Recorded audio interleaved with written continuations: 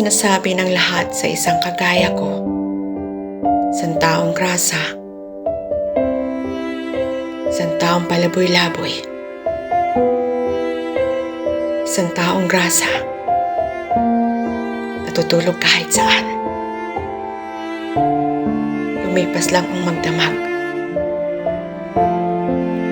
Kagaya kong walang sariling matatawag na tahanan. Tahanan na matatawag na tirahan na pwedeng silungan. Isang tahanan na buo ang pamilya. Nagmamahalan. Nagkakaunawaan. Ito ang isang taong grasa. Nalilipasan ng gutom sa lansangan. Minsan pa, walang makain.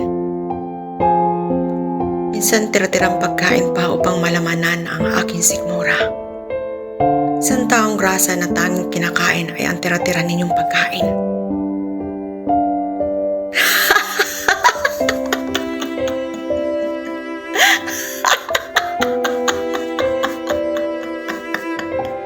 Baliw! Baliw!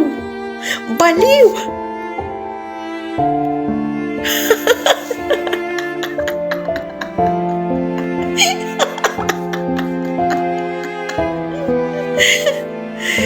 Ngunit, alam ba ninyo ang buhay ng isang kagaya ko? Wala kayong alam. Huwag ninyo akong kutsain dahil sa nakikita ninyong aking panlabas na anyo.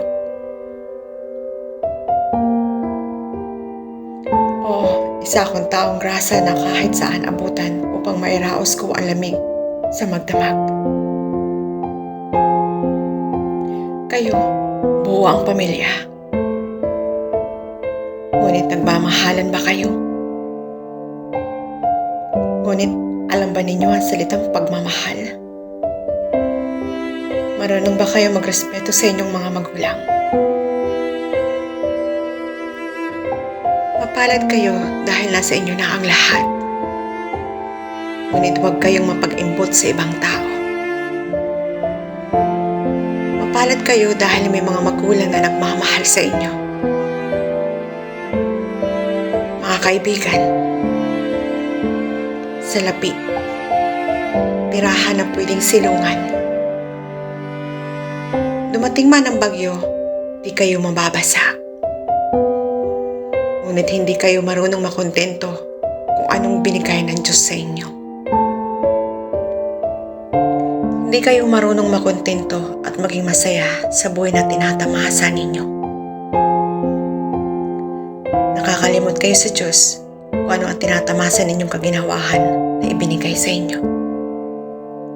Isa man akong pinanganak na dukha. Isang mahirap. Walang tirahan. Walang mga magulang. Ngunit may takot ako sa Diyos. Wala man akong kayamanan. Wala man akong maipagyabang. Ngunit masaya ako kung anong mayroon sa akin. Di man ako nakapagtapos ng pag-aaral.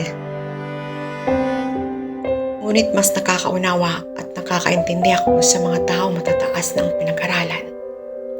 Kumakain man ako ng tira-tira. Dahil sa ganitong paraan, maibsan ko ang gutom sa aking sikmura. Wala man ako masisilungan na matatawag na tahanan. Upang dumating man ang unos, di ako mapipinsala. Lahat yan wala ako. Tanging maliit na karton ng aking higaan upang lumipas ang gabi at mapawi ang aking pagod na katawan. Maswerte kayo dahil ang inyong tulugan ay isang malambot at malamig na silid tulugan. Ngunit lahat, tayo ay may kanya-kanyang kapalaran. Heto ako, isang taong grasa. Ngunit karapatan kong mabuhay sa mundo.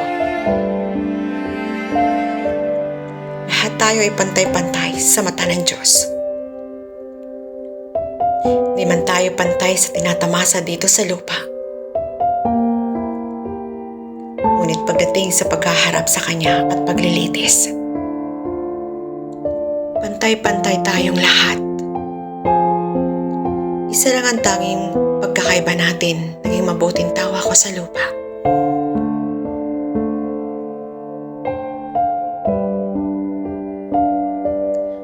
Ang lahat ng tinatamasa natin dito sa lupa ay pansamantala lang. Ngunit sa piling ng Diyos, tayo ay pantay-pantay. Kaya pahalagahan natin anong mayroon tayo sa lupa.